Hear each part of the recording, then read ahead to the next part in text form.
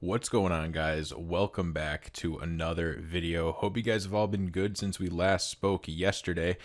Today is October 15th and we got some more news to go over. So we're going to do the thing you guys know what to do. Drop this video a like, and we're going to start right here with some Ripple news. So Ripple chief says payments firm doubling down on XRP after crypto asset hits 2 billion cross-border milestone.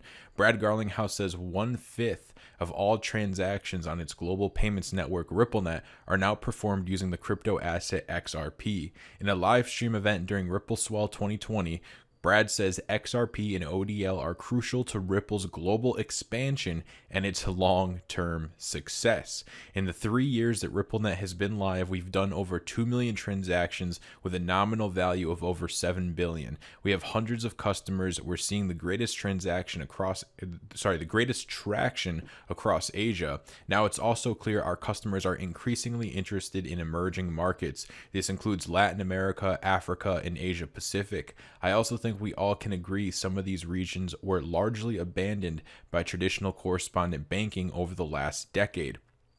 He continues saying, it's also clear to me that XRP is the key behind RippleNet. Its speed, its scalability, and its low cost per transaction make it perfect for instant settlement and exchange of value. It was built for payments. It has real utility, and that's why it works. Exactly, guys. That's what we've all been trying to tell people for so long. As you guys know, a lot of people are kind of jaded on the subject of XRP. It almost feels like there's division when it comes to this coin, right? And I think it's mainly people who are uninformed about XRP, the way it works and the problems that it solves, and people that are informed. That's kind of what drives people. I feel that once you explain to somebody XRP and the way it works, and how it's more than just a quote unquote banker's coin.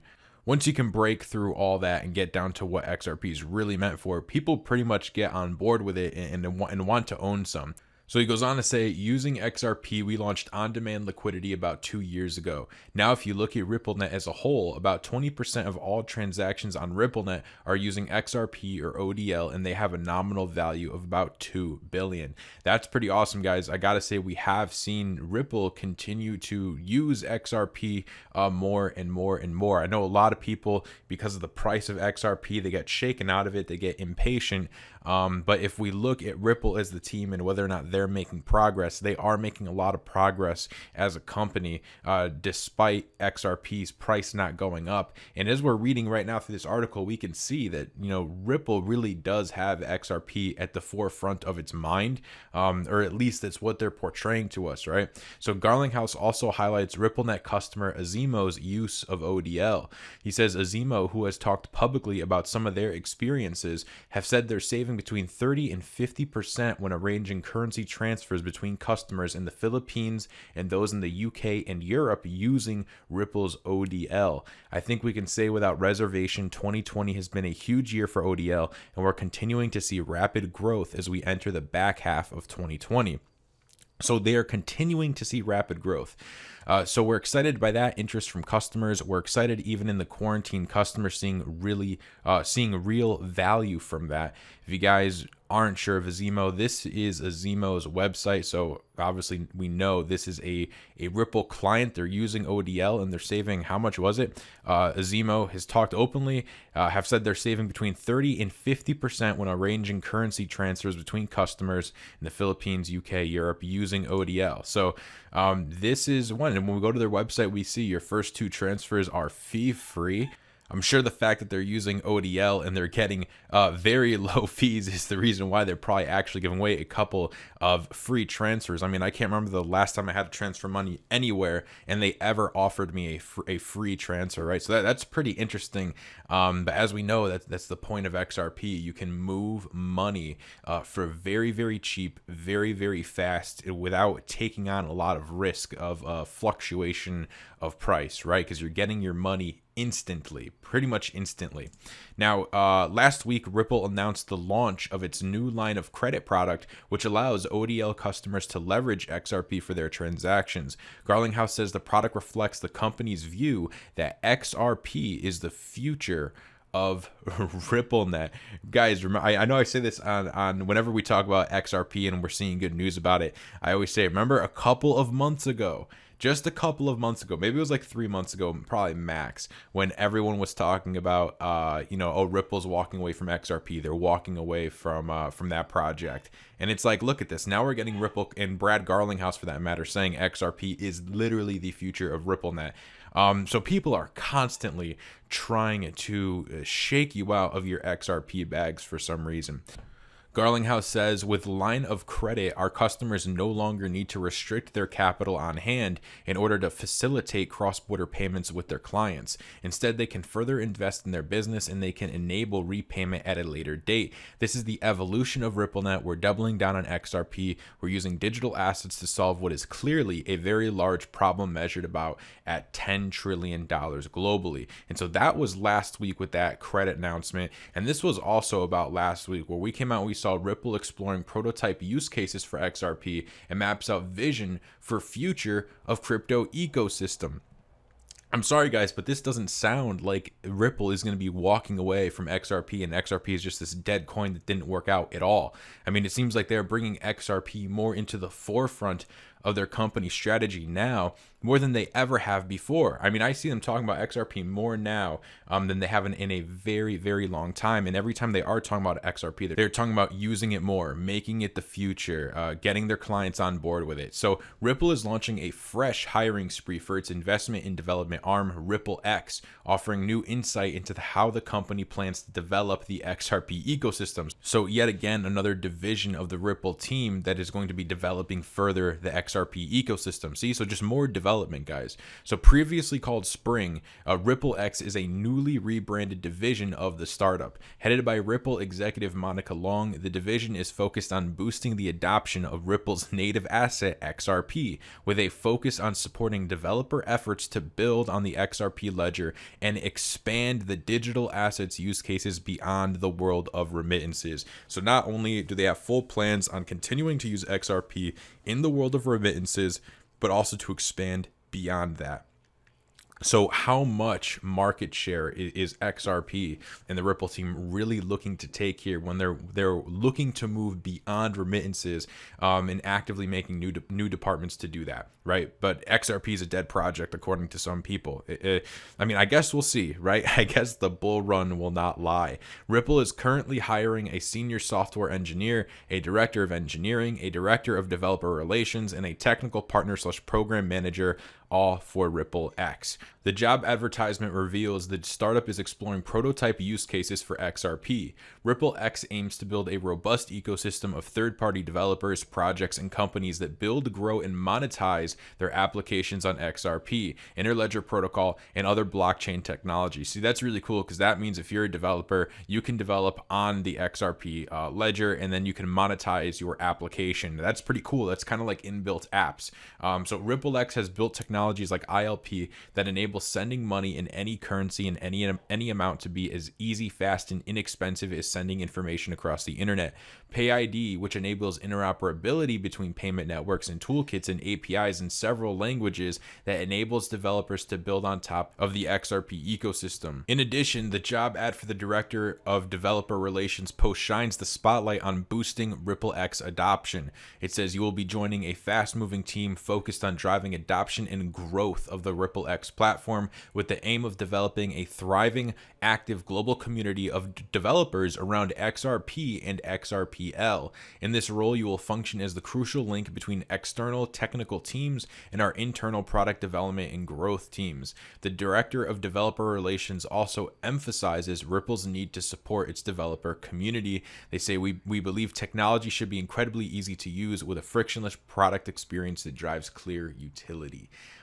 So yeah, guys, that's a lot of information to absorb. But the main thing, like I've said, right, a good way to pick good crypto projects that are likely to increase in value, right, that likely to give you an ROI, is to pick projects that have working teams, that have smart members on those teams, that have a track record. And the most important thing besides all of that, right, because it doesn't matter who's on the team if the company isn't moving forward, right? So is this company moving moving forward? Is this company progressing? Is this company hiring new people, or is this company having people walk away?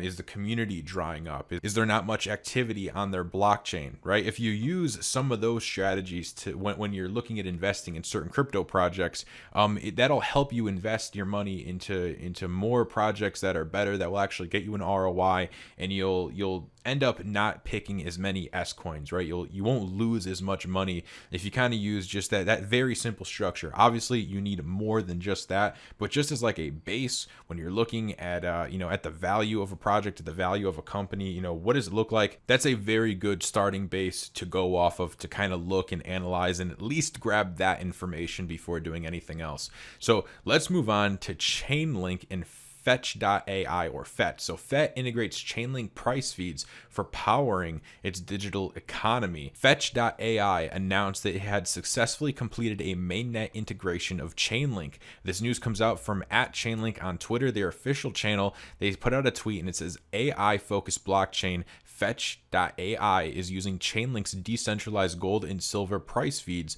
live on mainnet. Chainlink's data will settle commodities derivatives contracts on the upcoming MetaLex DEX built on the Fetch.ai network. So this also goes into kind of what Fetch.ai is. I don't think I've covered FET on this channel before. So Fetch.ai's network is based around open source technology and gives users access to the power of AI on a world scale secured data set to carry out complex coordination tasks in the modern economy. The firm has built a decentralized network to create the infrastructure required for AI-driven autonomous software agents to perform useful economic work on behalf of individuals, businesses, and organizations.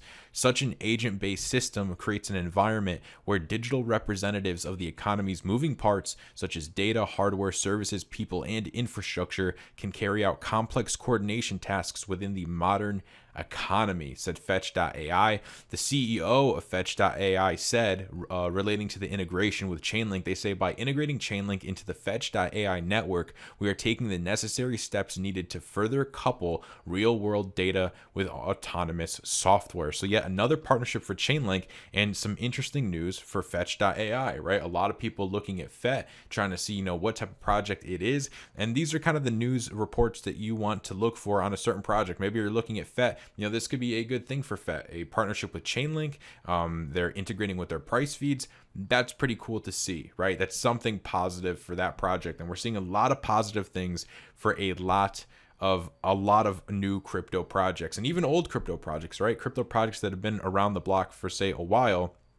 And they're still making forward progress. They're still developing. They still have active teams, and they have plans for the future, right? Big plans for the future. If you guys are enjoying the video so far, make sure you drop it a like. A like helps a lot for growing the channel. I do appreciate all the support you guys choose to give. If you subscribe and hit the bell, you'll get notified every time I upload a video like this covering cryptocurrency, Bitcoin, altcoins, and basically everything going on in the crypto space to keep you up to date. Now, we also have a 463 million BTC transfer, sets off crypto whale watchers.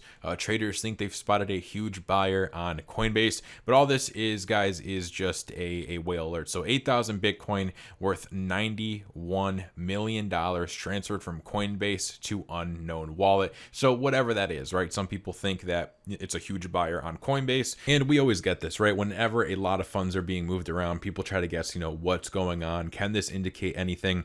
And sometimes it does, right? Sometimes large amounts of cryptos being moved around can indicate something, along with tether printing, right? Looking at new tether being printed during times in cryptocurrency, you can almost see kind of correlations with moving crypto, tether printing, and the price moving either upwards or downwards because of that. We also have Bitcoin price metrics suggest $15,000 surge after U.S. elections. The MV-RV ratio is firmly sticking to its 2-year uptrend with support in place for fresh all-time highs, says Stack Funds. So Bitcoin has yet to attempt a breakout of 12,000, seeing rejection at 11,700 this week. This has failed to dent optimism among analysts who believe that 11,000 will provide solid support. But going forward, the period following the United States elections in early November may result in more upside. For stack funds, this hinges on the MV/RV ratio. This ratio is currently at 1.8, with signs that a retest of 2.5 from 2019, when BTC USD hit 13,800, is in play. The current MV/RV ratio is at 1.8 and is purportedly well supported by the trend line where Bitcoin bottomed back in late 2018. The trend is also painting a similar trajectory as it did back in the 2017 bull run, with a steady growth inclination that tested an identical support trend line multiple times, is what the report stated. It says, given the strength and support, we are expecting a significant break of 2.0 in the near term as it looks to retest the 2019 peak at 2.5, which they say will put Bitcoin price above the $15,000 level. MV/RV is a metric devised by analysts that uses market cap versus realized cap, the latter created by Coinmetrics and designed to provide a more accurate valuation of Bitcoin than traditional market cap. And this right here is the MV/RV Bitcoin chart. So it's these analysts who are using this chart, and they're saying that this chart shows Bitcoin should be going up to a 15,000 price dollar level. I could definitely see it, with all the positive news we've went over just today. Of course, I could see that. We could also see Bitcoin going down, right? We have uncertainty in the market. We have positive progress in the market. But the main thing is that over the long term, Bitcoin is going up. Now, will we see a overhyped people FOMOing in super high valuations like we did back in 2017, beginning of 2018? Yeah, I think we will. I think that's market cycles. Bitcoin has done it in the past. I don't see why it won't do it again, especially with the amount of institutions getting in on Bitcoin, the amount of retail that has been accumulating Bitcoin for quite a while, and we're getting new retail coming into the market every day, people learning about crypto, and the main thing is everybody's excited for it, right? It's not like people just putting their money into crypto and not really expecting to make money, expecting to make an ROI, but a lot of people are here in crypto as a speculative bet, right? They want to make an ROI. They want to make money on it because crypto is an investment, right? Other than investing your money into crypto, it's not like there's anything you can do with your crypto. I can't withdraw my Bitcoin from my crypto wallet and even hold it or look at it. So really, the only point of crypto is fund security, freedom of your funds, being able to move it whenever you want. Hopefully low fees, at least with some cryptocurrencies, right? It's you owning your money that you can sell anytime, and a lot of these, kind of like Bitcoin, are set up as deflationary assets, right? There's miners, and every time the supply is cut in half, right? Like with Bitcoin, we have a 4-year cycle. Some coins are pre-mined, but those coins too, still the supply is going to get lower as more people own them. We have a lot of people coming into this space. Things are going to get exciting. This article here says that price metric is suggesting 15,000. We've seen a lot of price metrics in the past predicting this, predicting that. I think the main thing that we need to keep our eye on is just the long-term Bitcoin chart. Like, you break open a log scale chart. Maybe I'll break open the log scale chart again on my next video. But if you look at this thumbnail, this thumbnail has a rainbow log scale chart. And if we just look, I recommend you guys go watch this video. But just looking at that chart, we can tell Bitcoin over time is continuously going up. It's going up and going up. And yeah, we come out of these lower aggression bands and we get FOMO and we get a bull run, and then we come back down. We're always going up though. We're always going up, and you can make money on these cycles when we do pump and we do get over FOMO'd, which is what I think most of us are here for. And I'm sure some of you guys are like, no, I'm holding my crypto like 15, 20 plus years, and that's that. And that's cool too. I definitely have some bags for that. I have some bags that I'll probably never sell, but I'm also have some bags that I do plan on selling on this next bull run, because I think when cryptos are going to get that overvalued, why not sell some of your crypto, diversify, and put some of that newfound wealth into other assets, right? Diversify yourself, invest, get some things that you might need, right? But other than that, hope you guys enjoyed the video. If you did, make sure you drop it a like. And with that said, subscribe to the channel, hit the bell. You'll get notified every time I upload, and I will see you all on the next video. All right, have a great day, everybody.